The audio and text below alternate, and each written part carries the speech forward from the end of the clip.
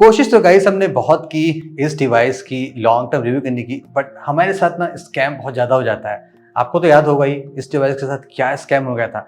लेकिन अब क्या करें, इतनी पॉपुलर डिवाइस है, मोस्ट हाइप्ड सैमसंग फ़ोन है और आप कह सकते हैं most value for money Samsung phone भी आप कह सकते हैं, एक्सेप्ट कुछ बातों को लेके। Buy these products with the best deals and offers from the YouTube shopping list. Tap on the screen and click View Products to know more. और आप जानते हैं गाइस, जब सेल्स आती है तो ये फ़ोन 30,000 के अंदर भी चला जाता है। इस डिवाइस में जो फीचर्स मिल रहे हैं ना, अगर आप इस प्राइस से कोई भी फ़ोन उठा लेंगे, वो सारे फीचर आपको एक डिवाइस में नहीं मिलने वाले। लेकिन ये सारी चीज़ें यहाँ पे भर भर के मिल रही हैं, थोड़ा कम थोड़ा ज़्यादा है। So let's talk about this. ये डिवाइस ना होल्ड करने में बहुत ही कंफर्टेबल है, स्पेशली अगर आप सैमसंग के बड़े बड़े फ़ोन देखेंगे ना, जो बहुत ही बल्कि टाइप फील होते हैं। नो मैटर वो कितने अच्छे हों, लेकिन अगर आप जैसा ही कोई हल्का फ़ोन चलाते हैं ना, तो आपको फील रहेगा। एजेस यहाँ पे राउंडेड हैं, कोई भी शार्प नहीं है। पैनल भी एकदम स्ट्रेट नहीं है जैसा कि आजकल आईफोन के डिज़ाइन कॉपी हो रहे हैं। ये भी हल्का सा राउंडेड है। कोई भी यहाँ पे सुपर हायर मेगापिक्सल नहीं है, तो ज़्यादा कैमरा बम भी नहीं है। तो अगर आप टेबल पर रख के टेस्टिंग टाइपिंग करते हैं तो भी आपको कोई प्रॉब्लम नहीं होने वाली है। बहुत बिग नहीं है। मेरे यूसेज में मैंने इस फ़ोन को कम्प्लीटली वन हैंड में यूज़ किया। ये सैमसंग का 6.4 इंचेस का 2x एमोलेड डिस्प्ले है। यहाँ पे फुल HD प्लस की रिजोल्यूशन मिलती है, प्लस 411 का यहाँ पे PPI मिलता है। 120 हर्ट्ज का यहाँ पे आपको रिफ्रेश रेट मिलता है, लेकिन ये कोई भी डायनेमिक नहीं है जैसा कि गैलेक्सी S21 में था। यहाँ पे या तो आप 60 या तो 120 पे यूज़ करेंगे, और अगर आपने इसको 120 पे लगा दिया तो मोस्ट ऑफ द एप्लीकेशन जो भी आप यूज़ करेंगे वो फोर्स किए जाएंगे 120 हर्ट्ज पे, नो मैटर कि वो सपोर्ट करते हैं कि नहीं भी करते हैं। एक बढ़िया पार्ट क्या है, अगर आप गेमिंग करते हैं तो यहाँ पे आपको 240 हर्ट्ज की टच सैम्पलिंग मिलती है, अदरवाइज 120 हर्ट्ज है। बाय डिफ़ॉल्ट ये phone out of the box HDR10+ support करता है। तो मुझे इस फ़ोन का डिस्प्ले काफ़ी अच्छा लगा। यस ऑफ कोर्स गाइस, इस प्राइस में आपको कर्व डिस्प्ले के फ़ोन मिल जाएंगे, जैसे कि 25,000 में Realme 10 Pro Plus और 30-32,000 में Vivo V27 Pro, Infinix का Zero Ultra। लेकिन सबकी अपनी पर्सनल प्रेफरेंस है। अगर आपको फ्लैट डिस्प्ले का फ़ोन चाहिए तो ये डिस्प्ले आपको ज़रा सा भी डिसअपॉइंट नहीं करेगा।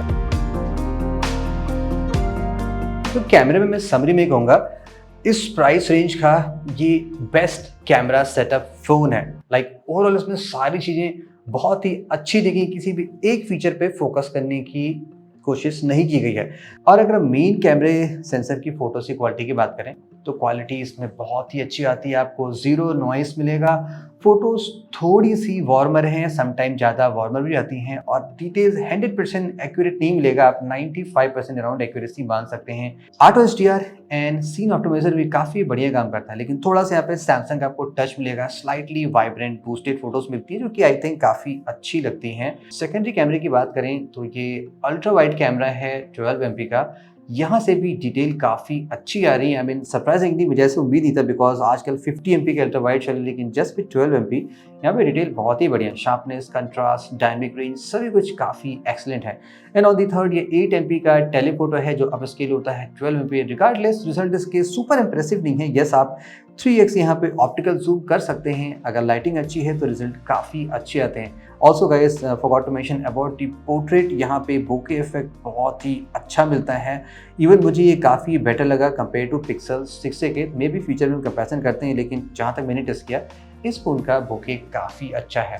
On to the low lights, यहाँ पे देखिए आपको बेस्ट लो लाइट परफॉर्मेंस तो नहीं कह सकते, लेकिन जितना मैंने इसको टेस्ट किया, यहाँ पे डिटेल्स काफ़ी रिच हैं, कंट्रास्टी इमेज मिलते हैं, excellent colour saturation, high dynamic range और रियलिस्टिक एक्सपोजर एंड लुक मिलता है। यानी कि जो भी आप फोटोज लो लाइट में लेंगे वो दिखने में नेचुरल फील होंगे। अगर आप सुपर प्रीमियम फ़ोन लेते हैं जैसे कि S23 अल्ट्रा, तो शायद वो बेटर शॉट दिखा सकते हैं, लेकिन इस फ़ोन की लो लाइट शॉट बहुत ही अच्छी है। नाइट मोड की बात करें तो अराउंड 2 सेकंड का एक्सपोजर टाइम यहाँ पे है, लेकिन डिटेल और बेटर आती है। तो मैं ऑन दिस सेल्फी डिपार्टमेंट, यहाँ पे देखिए एक चेंज किया गया है। यूजुअली जो S सीरीज़ के फ़ोन होते हैं ना, उसमें जो सेंसर होता है भले वो थोड़ा कम होता है, लेकिन वो काफ़ी कमाल की फ़ोटोज़ लेता है। यहाँ पे आपको A सीरीज़ वाले जो 32 MP का सेंसर है वो आपको यहाँ पे मिलता है, लेकिन इतना भी बैड नहीं है। आप अल्ट्रा वाइड सेल्फी भी ले सकते हैं जैसा इसमें ऑप्शन दिया जाता है। नेचुरल लुकिंग, लो लाइट, बैलेंस, शार्पनेस और एक्सीलेंट कलर कंट्रास्ट की यहाँ पे आपको सेल्फी मिलती है। डायनेमिक रेंज भी ठीक मिलता है। पोर्ट्रेट भी जो आप लेते हैं सेल्फी से वो काफ़ी अच्छा आता है। तो फोटोज़ के टर्म में मुझे जो थोड़ा सा डिसअपॉइंटमेंट लगा वो जस्ट टेलीफोटो लेंस से हुआ। वेल आप अप टू 30x में यहाँ पे जूम कर सकते हैं, जो कि काफ़ी क्रेजी पार्ट है। ऑन टू द वीडियो, यहाँ पे भी बहुत ही कमाल का है। देखिए 4K 30 FPS की वीडियो आप तीनों सेंसर से बना सकते हैं, यानी कि मेन में, अल्ट्रावाइड में, और अगर आप 3x जूम करते हैं वहाँ पे भी आप 4K 30 बना लेंगे।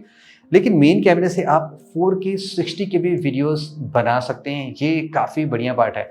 जो OIS का फीचर दिया गया है वो प्राइमरी और टेलीफोटो कैमरा लेंस पे दिया गया है, अल्ट्रावाइड में नहीं है। अब देखिए टेलीफोटो लेंस में OIS दिया गया, नहीं कि आप जब फोटो जूम करके लेंगे तो आपके फोटो शेक नहीं करेंगे, लाइक डिटेल्स सही आने वाले हैं। वीडियोस के काफ़ी अच्छे आते हैं, कैप्चर डिटेल एबव एवरेज मान सकते हैं, डायनेमिक रेंज भी आउटस्टैंडिंग है, कलर्स ग्रेट, नॉइस बहुत ही लो है। अल्ट्रावाइड से वीडियो बनाते हैं 4K तो उतनी बढ़िया क्वालिटी की नहीं, डिटेल्स थोड़ी सी मिस फील हो सकती है, लेकिन डायनेमिक रेंज और कंट्रास्ट काफ़ी बढ़िया दिया गया है। एंड हियर से क्विक वीडियो सैंपल आप देख सकते हैं फ्रंट कैमरे से। यहाँ पे भी थोड़ी सी अपस्केलिंग की गई है, आप 4K 60 के सेल्फी वीडियोस बना सकते हैं, बट कलर ठीक आ रहा है, स्किन टोन नेचुरल आ रहा है, बाकी जो भी कलर्स मैं देख रहा हूँ। And even this original iPhone 2G, ये भी दिखने में काफ़ी ओरिजिनल फील हो रहा है, तो सेल्फी कैमरा भी इसका बहुत ही अच्छा है। So on the camera department में ये आप one of the best camera definitely मान सकते हैं। कैमरे की परफॉर्मेंस भी अच्छी है और ऐसी कोई प्रॉब्लम आएगी नहीं। सैमसंग की कहानी तो आप जानते हैं, ये दोगलापन करती है। इंडिया के साथ पहले बेईमानी ज़्यादा करती थी। यहाँ पे एक्सिनॉस का CPU दिया जाता था और इंडिया के बाहर स्नैपड्रैगन 888 दिया गया था इस फोन में। यहाँ पे एक्सिनॉस 2100 है। अब पायरेट्स ऑफ कैरेबियन तो आपने देखा होगा, Curse of the Black Pearl, यहाँ पे कर्स ऑफ द एक्सिनॉस है। देखिए वैसे डे टू डे परफॉर्मेंस के लिए डिवाइस नो डाउट बहुत ही अच्छी है। Day to day non gamers के लिए कह सकते हैं, जिसमें आप कोई भी टास्क करेंगे आपको ज़रा सा भी लैग फील नहीं होगा। डिवाइस बहुत ही बिंदास काम करती है। लेकिन जब आप गेमिंग करते हैं तो ऐसा नहीं कि आप गेम प्ले नहीं कर सकते। जो CPU बहुत ही केपेबल है, जो भी आप सेटिंग इसमें पाते हैं वो एकदम मैक्स्ड आउट सेटिंग होती है, जो आप किसी भी गेम में लगा सकते हैं। लेकिन यहाँ पे थोड़ी सी हीटिंग इशू ज़्यादा होती है। जैसे कि फॉर एग्जांपल अभी मैं जो आपको गेमिंग टेस्ट दिखा रहा हूँ वो एयर कंडीशन रूम में जब 25 डिग्री टेम्परेचर मेंटेन है, लेकिन यहाँ पे भी डिवाइस जस्ट 15 मिनट्स प्ले करने पे 43 पहुँच जा रही है। तो ये एक बिग कंसर्न हो सकता है और आपके साथ स्कैम भी हो सकता है। स्कैम कैसे हो सकता है आपने पहले देखा है, मैं आपको अभी फिर से बताता हूँ कि स्कैम कैसे हो सकता है। One of the best thing जो सैमसंग के फ़ोन के साथ आजकल हो रहा है वो है लंबा सॉफ्टवेयर सपोर्ट। ये device out of the box Android 12 से आई थी, यानी कि One UI 5 से, और ये वही सारे फीचर्स आपको मिलते हैं जो आपको सैमसंग के प्रीमियम फ़ोन से मिलते हैं। डिवाइस में ऐसा कोई बग भी नहीं है। सैमसंग में बहुत सारे एक्स्ट्रा एप्लीकेशन मिलते हैं, लेकिन आई थिंक आप मोस्ट ऑफ देम डिसेबल कर सकते हैं या कुछ आप अनइंस्टॉल भी कर सकते हैं। बेस्ट पार्ट क्या है कि ये डिवाइस आपको अप टू Android 16 तक का सपोर्ट देगी, और ये सपोर्ट इस प्राइस का आप कोई भी फ़ोन लेंगे ना, वो भले ही Android 13 से लॉन्च हो, लेकिन वो मैक्सिमम 15 तक ही जाएंगे। इवन बहुत सी डिवाइसेस तो 12 से लॉन्च हुई थी, जो नथिंग है, जो मैं आगे आप जानते हैं, वो मैक्सिमम 14 तक जाएंगे। तो लंबे अपडेट के लिए, लंबे समय तक फ़ोन चलाने के लिए ये डिवाइस अभी भी आपके लिए सुपर परफेक्ट है। एंड ऐसा मुझे कोई प्रॉब्लम लग भी नहीं रही। लाइक 1.5 साल पुरानी डिवाइस है तो अभी भी इसमें कोई भी लैग नहीं है, परफॉर्मेंस अभी भी बहुत ही स्मूथ है। ऑन दी बैटरी यहाँ पे 4500 मिलियंस की बैटरी मिलती है। बॉक्स में अनफॉर्चुनेटली कोई भी चार्जर नहीं मिलता, आपको एक केबल मिलती है। तो बैकअप की बात करें गाइस, ये फ़ोन आपका कम्प्लीटली ब्रेकफास्ट टू डिनर का है, और ये सैमसंग की प्रॉब्लम है। अगर आप प्रीमियम फ़ोन्स भी देखेंगे ना तो वो भी इसी हिसाब से काम करते हैं। दैट्स वाई मैंने कहा ये ब्रेकफास्ट टू डिनर वाला फ़ोन है। और यहाँ पे वायरलेस चार्जिंग का फीचर भी मिलता है। 25 वॉट की मैक्सिमम चार्जिंग का सपोर्ट दिया गया है। And on the cool part, यहाँ पे IP67 का सर्टिफिकेशन भी मिलता है। ऑल्सो ये भी बताना भूल गया, इस फ़ोन के स्पीकर्स काफ़ी अच्छे हैं, बेस्ट इन क्लास तो नहीं है, आपको थोड़े से बेटर स्पीकर Galaxy S21 में मिलेंगे, लेकिन ऑन दी कंप्यूटर्स यहाँ पे बढ़िया एक्सपीरियंस मिलता है। ड्यूअल स्टीरियो स्पीकर्स मिलते हैं, तो क्वालिटी भी बहुत ही अच्छी आती है।